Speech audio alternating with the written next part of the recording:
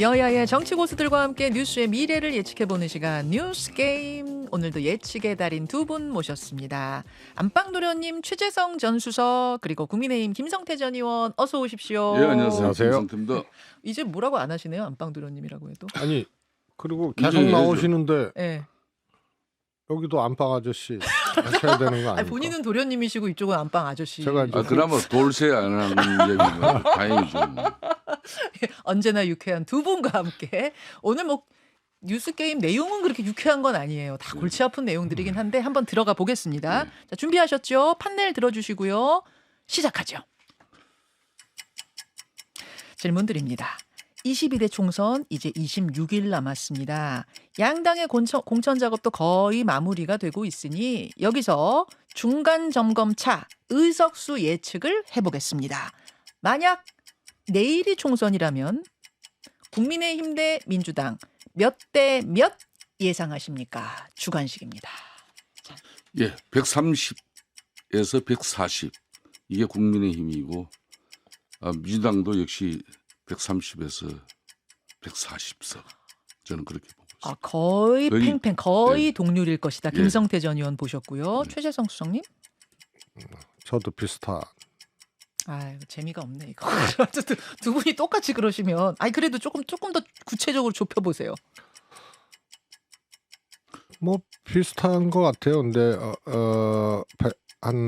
네. 저는 원래 이제 한 달 전만 해도 145대 한 130 정도로 민주당이 이길 거다. 했는데 민주당이 이제 공천 과정 거치고 그런데 지금 또 국민의힘이 지금 또 약간 이제 다리가 후덜덜덜 떨리는 상황들이 오기 때문에 거의 비슷하지 않을까 비슷하다. 싶습니다. 우열을 가리기 어려울 정도로 지금은 조금 있다가 해설은 조금 있다가 자 2번 문제 넘어갑니다.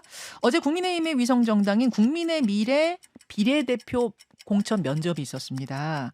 그중에서 가장 주목이 됐던 인물은 단연 이뇨한 전 혁신위원장이었죠. 그 이유는 국민의 미래 선대위원장으로까지 지금 이름이 오르내리고 있기 때문입니다. 과연 이뇨한 전 혁신위원장이 국민의 미래 선대위원장직을 맡게 될까요? 들어주십시오. 김성태 X, 최재성 O. 3번 문제.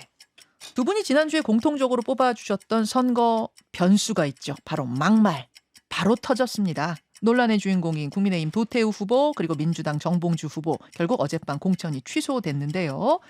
과연 정봉주 후보의 그 빈자리, 그 공천 자리를 박용진 의원이 가져갈 수 있을까요? 없을까요? 들어주십시오. 아닙니다. X. 두 분 다 X. 이어지는 꼬리 질문입니다.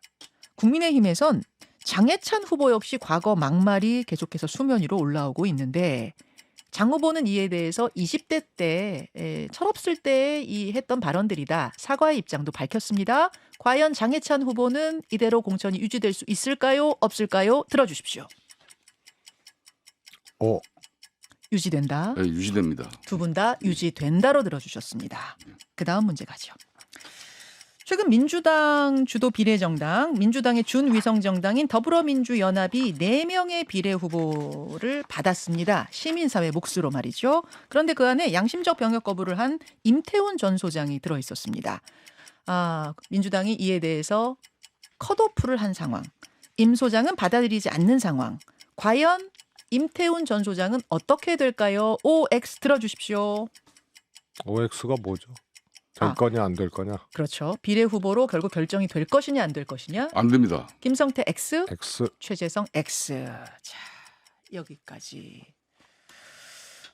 어젯밤 벌어진 일부터 하나하나 좀 두 분의 해설 들어볼까요?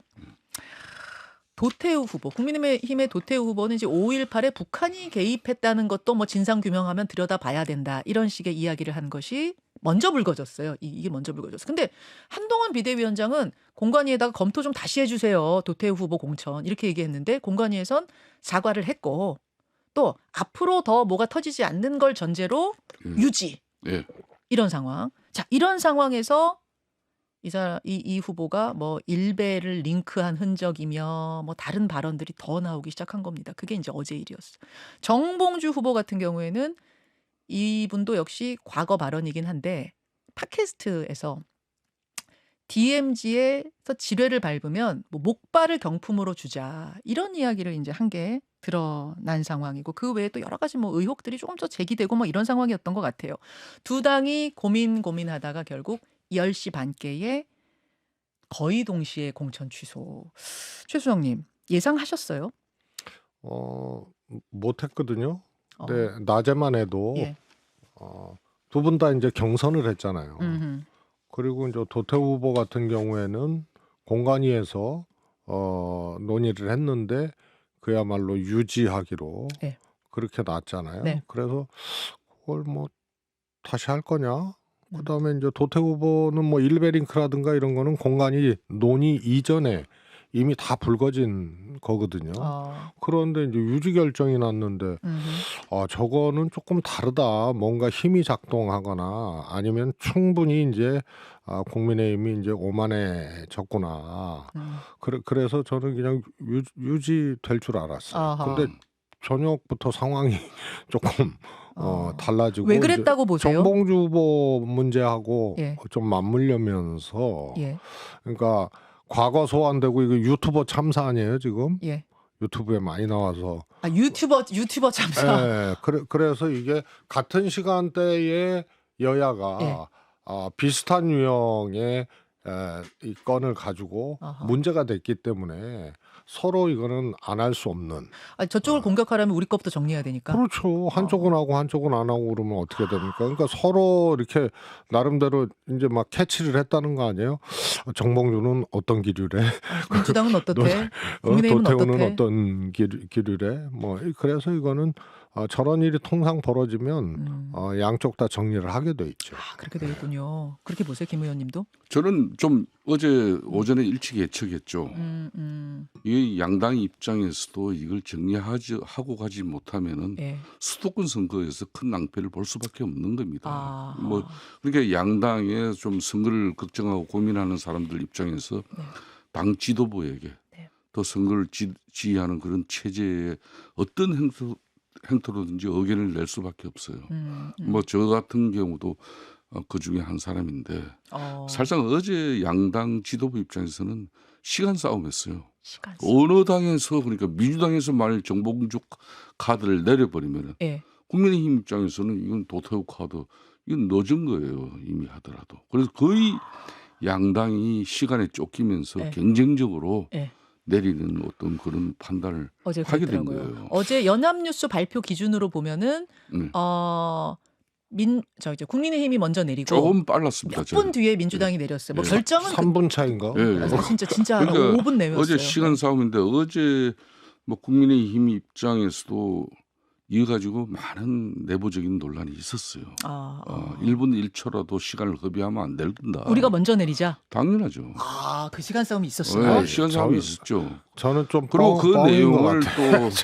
또 기자분들도 또 민주당 출입하는 기자들과 네. 일정 부분 또 탐색전도 언론사에서도 많은 이 관심을 가지고 그러면 취재를 반대로 했어요. 질문 드릴게요. 한쪽이 만약 안 내렸다면 다른 한쪽도 안 내렸을까요? 상처를 받습니다. 아닙니다.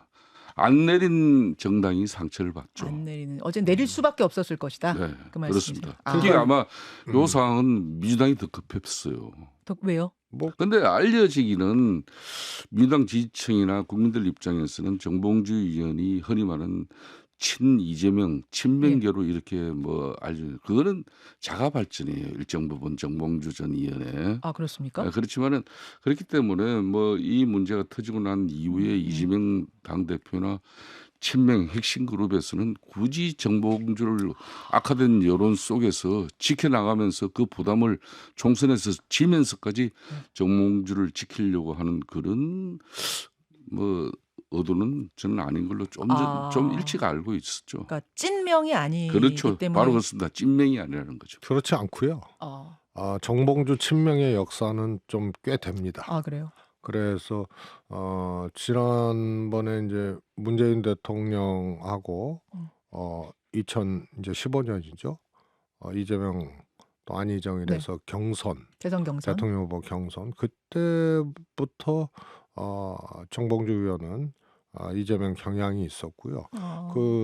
그러니까 국회의원 정당 바깥, 그러니까 정치권 바깥에 예. 뭐 정봉주 의원은 야인이었었고 예, 예. 거기서 이제 그런 그룹들이 좀 있었어요. 그래서 꽤 오래된 친명의 역사를 가지고 있는. 요거는 내부에서도 정봉주 잘 의원이다. 아시겠네요. 네. 그런데요, 좀 특징적인 게 뭐냐하면 정우택, 네. 도태우, 정봉주 이게 거의 비슷한 시간대에 이제 결정들이 난 거 아니에요? 정우택 후보는 좀 이르긴 했어요. 아니 오전이었어요. 그러니까 같은 이제 같은 날. 예. 네, 네.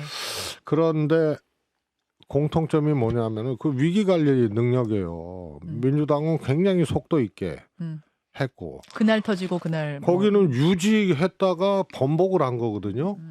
그래서 이게 한동훈 원톱 체제에 제가 보기에는 문제 같아요. 왜요? 이런 거 결국은 그동안 한동훈 비대위원장이 작년 이제 12월 중순 이후에 이제 비대위원장으로 오면서 그야말로 이제 한동훈 효과 뭐 이런 것을 얘기할 네네. 정도로 꽤 이제 인기도 있었고 또 공천 과정에서 상대적으로 민주당보다 소리가 덜 나서 네. 뭐 잘했다 이런 이제 평가도 받고 그랬는데 이게 이제 원톱 체제다 보니까 정치 경험도 없고 그러다 보니까 이 사안의 심각성이나 뭐 이런 것들을 몰라요.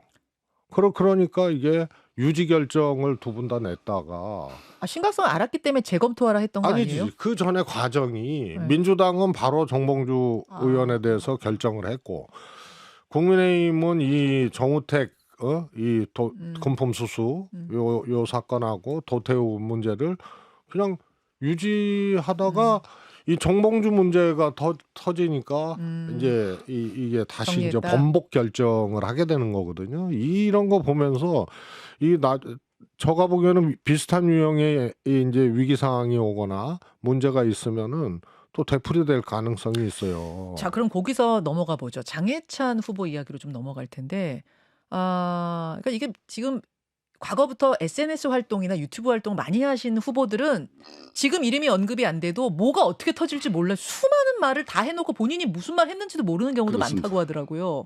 근데 이제 찾기 시작하면 특히 경쟁 상대들이 찾기 시작하면 이게 어디서 어떻게 터질지 모르는데 일단은 장해찬 후보의 SNS 발언들이 지금 수면 위로 올라온 상태입니다. 근데 두 분 다 장해찬 후보의 경우는 공천이 유지될 거다 똑같이 말씀하셨어요. 김성태 의원님. 뭐 장해찬 국민의힘 그 부산 지역의 지금 후보 같은 경우는 이제 특히 지금도 나이가 그렇게 뭐 정치 연령으로는 상당히 젊죠. 어린 편입니다. 예. 근데 지금 본인이 정치에 진입하기 전에 좀 자유분방성을 가지고 또 자기 소신과 뭐 또 그런 헬기로서 이야기를 왕성하게 했던 적이 24살, 25살 요때 내용들이 이제 좀 나오는 거예요. 무슨 지금. 내용인지 궁금하시다는 보통- 분들이 계셔서 짧게만 그냥 한 두 개 설명하면 2012년에 서울 시민들의 교양 수준이 얼마나 저급한지 날마다 깨닫게 된다. 교양 수준으로만 따지면 일본인의 발톱의 때만큼이라도 따라갈 수 있을까 싶다. 요 발언이 하고 그다음에 2013년의 발언은 전공서적 책값 아깝다고 징징거리는 대학생들이 제일 한심하다. 한 학기에 20만 원이 아까우면 그냥 대학을 다니지 말지. 요런 단어들, 요런 것들이 이제 새롭게 좀 올라왔더라고요. 네. 그렇습니다.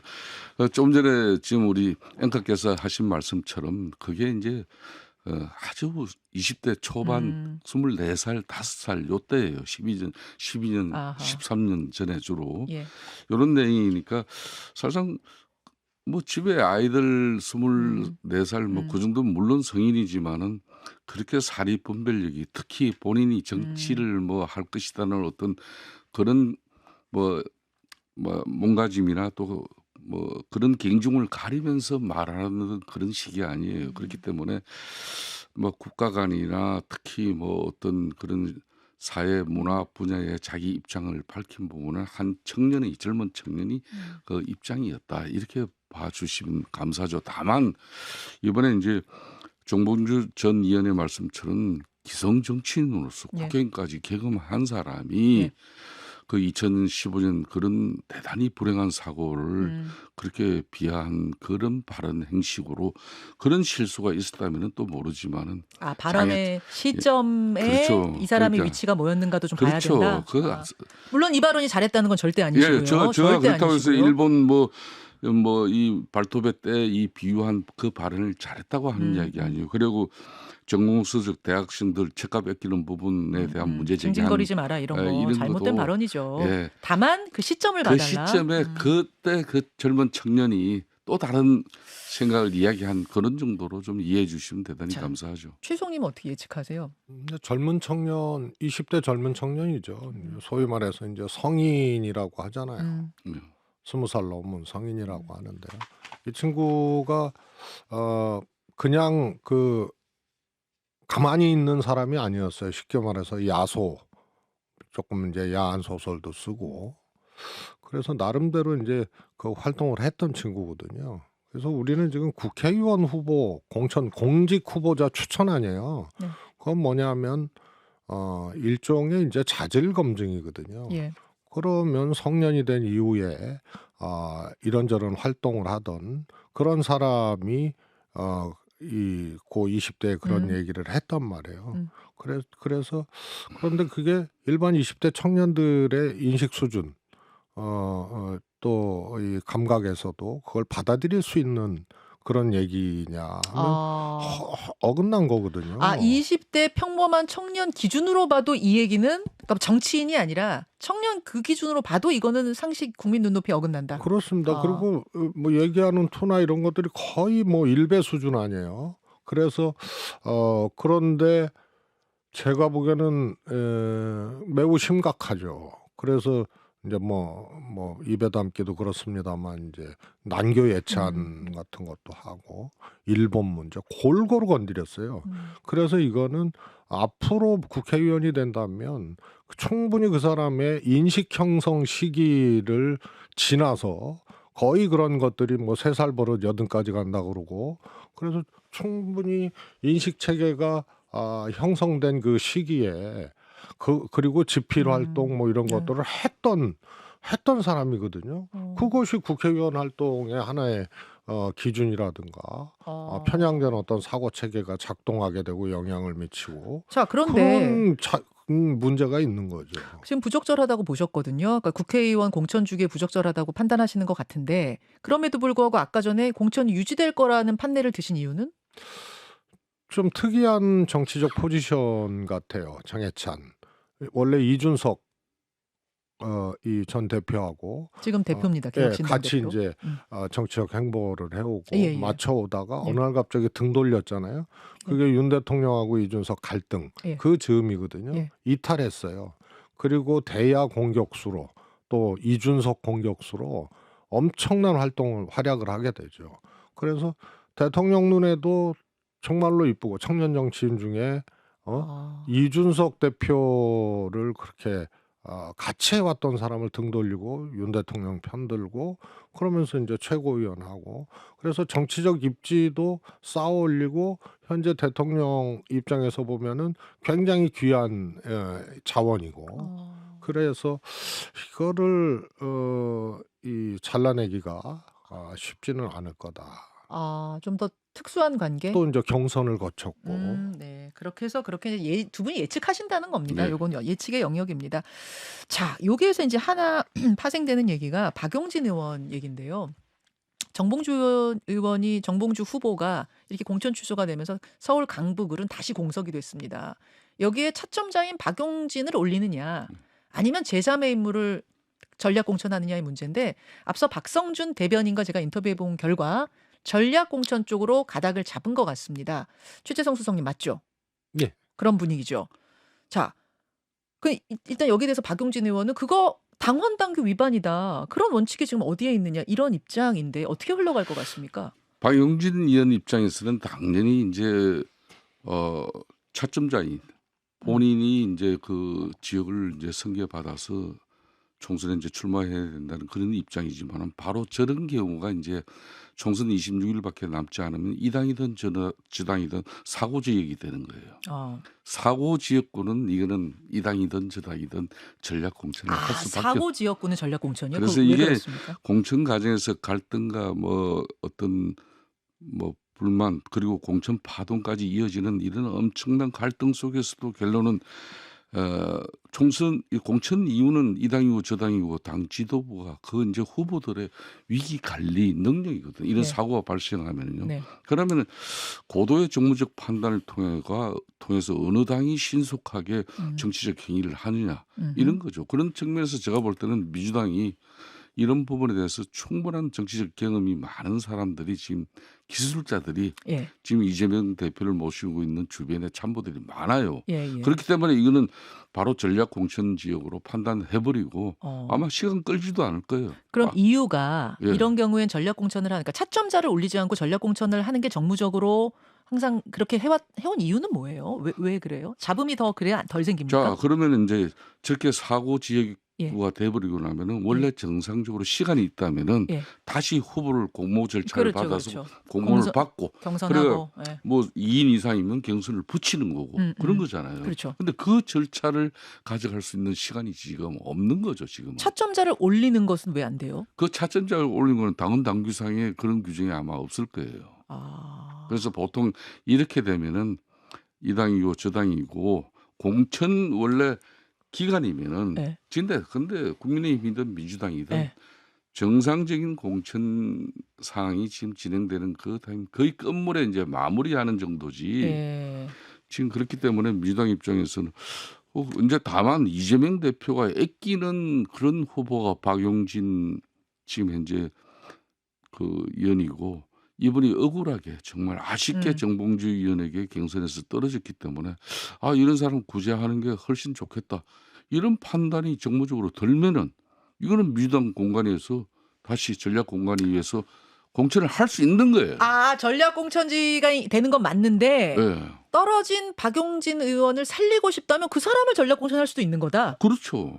그러나 지금 그분 그러니까 전략 공천 대상에 포함되는 거예요, 그냥 박지원. 그렇게 되는 거군요. 그렇게 되는데 아마 저 정치 경험으로는 이재명 대표나 지금 현재 전략공관위 위원장 안규백 의원이 네. 굳이 박용진 의원을 전략 공천하지는 않을 것이다. 왜요? 이렇게 보는 거죠. 비명이니까? 그렇게 굳이 뭐 0점까지 정성평가에서 0점까지 주면서 작년 11월 달에 이미 컷오프 대상으로 만든 당사자를 지금 와서 아무리 여론이 이렇다고 해서 살린다면은 이재명 대표의 이번에 공천 원칙이나 기준이 이제 무너지는 거죠. 자, 최수정님 내부에서 어떻게 보시는가 궁금합니다. 언뜻 보기에요. 네. 박용진 의원이 2등했으니까 공천을 받으면 된다. 이렇게 생각할 수 있지만요. 굉장히 의외로 복잡한 문제. 그래요. 왜냐하면 원래 3인 경선했었잖아요. 네. 근데 1등이 공천 취소가 됐단 말이에요. 네. 그러면 2등, 3등이 그러면 다시 해가지고 해야 되느냐. 그다음에 2등이 그러면 1등이 유고됐으니까 2등이 1등 해야 되느냐. 이게 아무런 규정이 없어요. 그러니까 규정 자체가 없어요. 이런 거 자체가 전략 공천입니다. 전략 공천을 할 수밖에 없는 거. 그러니까 전략 공천 해라라고 써 있는 것도 없지만 2등이 1등으로 올라가라도 없고 아무것도 없어요. 그러니까 그냥. 박용진 의원이 얘기하는 거는 이렇게 보면 박용진 의원이 그러면 하면 되겠네 이런 생각을 하시는 분들이 많겠지만 그럴 수 있죠. 예. 박용진 의원이 얘기한 뭐 당헌당규 위반이다. 이거는 조금 다른 문제예요. 2등이 승계한다는 조항도 없거든요. 바로 이런 데가 그래서 원래 순서는 전략 지역으로 지정하고 그다음에 다시 경선을 해도 되고요. 그다음에 전략 지역으로 지정하고 2등이 승계해도 되고. 근데 그거는 전략 지역 지정할 시간이 굳이 그 전략 지역 지정과 동시에 그냥 전략 공천을 하면 되는 거거든요. 그래서 경선을 다시 해야 된다, 2등이 승계해야 된다 이런 것들이 전제되지 않아요. 왜냐하면 유권자가 있기 때문에. 그럼 유권자가 선택했던 결과에 대해서 전혀 무시하고 2등이 승계한다? 혹은 뭐 이런 것도 조금 말이 안 되는 거거든요. 그래서 여지를 안 둡니다. 그래서 그냥 이거는 전략 공천할 수밖에 없다. 근데 그게 뭐 당헌당규 위반이다. 그거는 어느 항목만 좀 특정해서 본 이해가 것 됐어요. 같아요. 그러니까 이렇게 사고 지역으로 되면은 전략공천이 되는 거고 전략공천 지역이 되고 나면은 박용진까지 넣어서 할 수도 있는 거고 뭐 뺄 수도 뺄 있는 수도 있는 거고 거고 뭐 그렇죠. 다시 경선시킬 수도 있는 거고 뭐 이렇게 된다는 그렇습니다. 얘기네. 그러나 아, 통상적으로는 경선을 안 아마 시키죠. 다시 공모해서 네, 할 시간이 다시 없다. 재경선을 네, 해야지 네. 아무튼 경선을 거쳐서 패배한 사람을 그냥 한다? 이것도 맞질 않아요. 근데 시간이 없잖아요. 시간이 없으니까 아까 김성태 의원이 말씀하신 전략공천 후보자 중에 박용진 의원을 넣을 가능성. 아까 김성태 의원은 없을 것 같다. 최수석은 저는 없다. 없다. 넣을 가능성이. 음. 그게 오히려 여러 가지 논란이나 이런 것들을 오히려 거꾸로 논란이 있을 수 있거든요. 감각적으로는 박영진 하면 되겠네 이럴 수 있지만 그냥 해버리면 경선에서 패배한 사람이고 페널티를 아무튼 받은 사람. 알겠습니다. 또 잡음 벌어질 것이다 그런 말씀이네요. 임태훈 소장 공천 이야기가 지금 남아 있고 그 다음에 내일이 총선이라면이 남아 있는데 어떤 해설을 좀 들어볼까요? 본인이 아무리 양심적 병력 예. 거부자라 그러지만은 예. 민주당 입장에서도 지금 현재 168석의 대한민국 입법 권력을 손에 쥐었던 그런 제1야당입니다.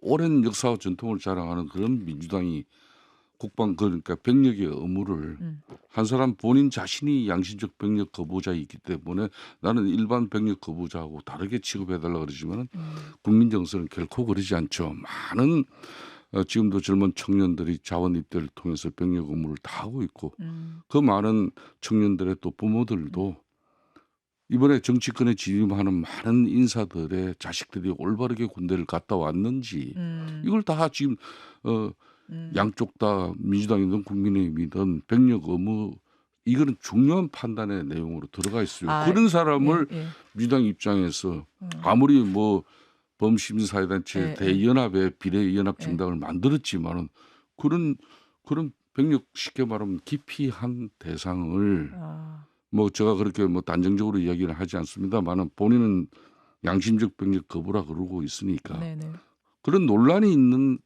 당사자를 민주당 입장에서 그걸 상위 비례위원으로 이렇게 공천한다는 거는 이는 국민 상식하고는 맞지 않죠. 어차피 국민 눈높이가 그렇기 때문에 기준이다. 저는 뭐 상대당의 입장이지만은 네. 민주당에서 올바른 판단했다고 보는 겁니다. 그렇게 보세요. 최수석님은요? 이제 조금 아쉬운 게 일단 긁어부스럼 비슷하게 된 경우죠. 앞에 이제 자진 사퇴한 두 분의 시민사회 추천으로 된 두 분의 이제 후보 있잖아요. 네. 그분들은 하여튼 논쟁거리, 논란거리가 뚜렷하죠. 정지의 정영희 후보. 예, 특히 이념적으로. 예.